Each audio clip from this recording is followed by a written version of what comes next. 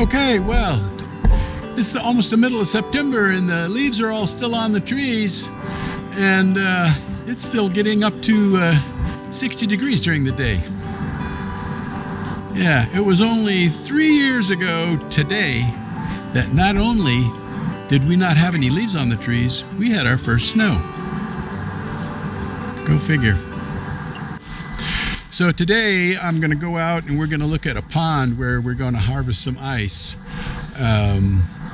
This is a potential spot for us to get the ice for this year's event, and so we're going to go check that out. Also, I have some footage of the fairgrounds, the campground where the event's going to take place. Well, this is a small gravel pit that we're potentially going to use to harvest ice.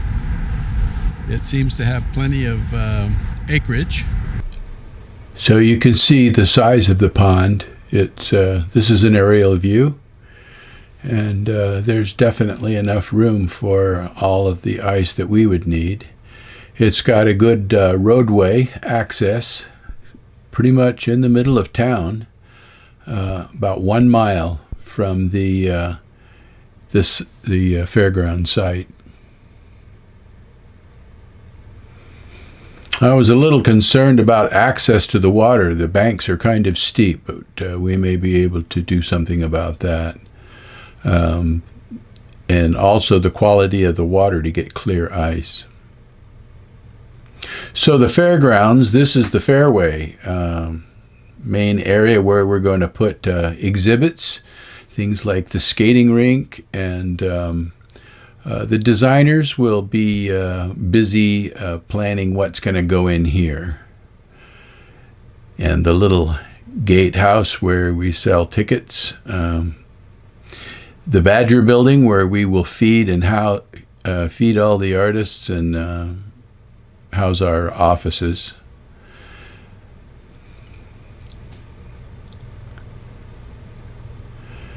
And then the stage where we can give out our awards.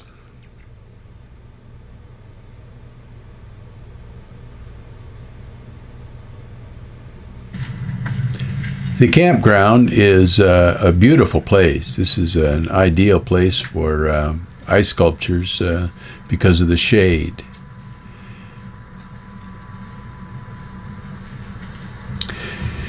Many of the spaces are every bit as large as we have used for multi-block pieces in the past, so we may be able to get combination of events in here. As you can see, some of them are small. The trees are very tall, provide lots of good shade.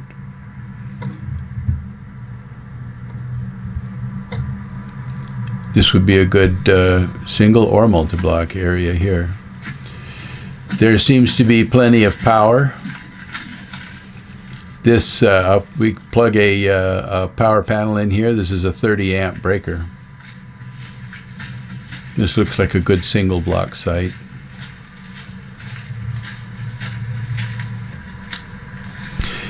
The back of the campground is fenced in. You can see the fence there along the back.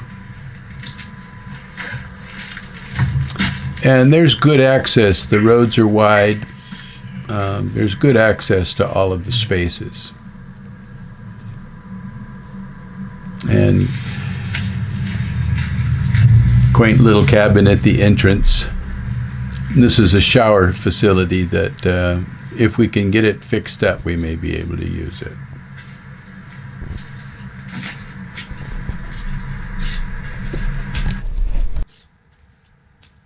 We're in the final stages of negotiations with the fair. It looks like that is definitely a go, and so that our next board meeting is going to actually be in a building on the fairgrounds. So from now on, we'll actually be conducting our business from the fairgrounds itself.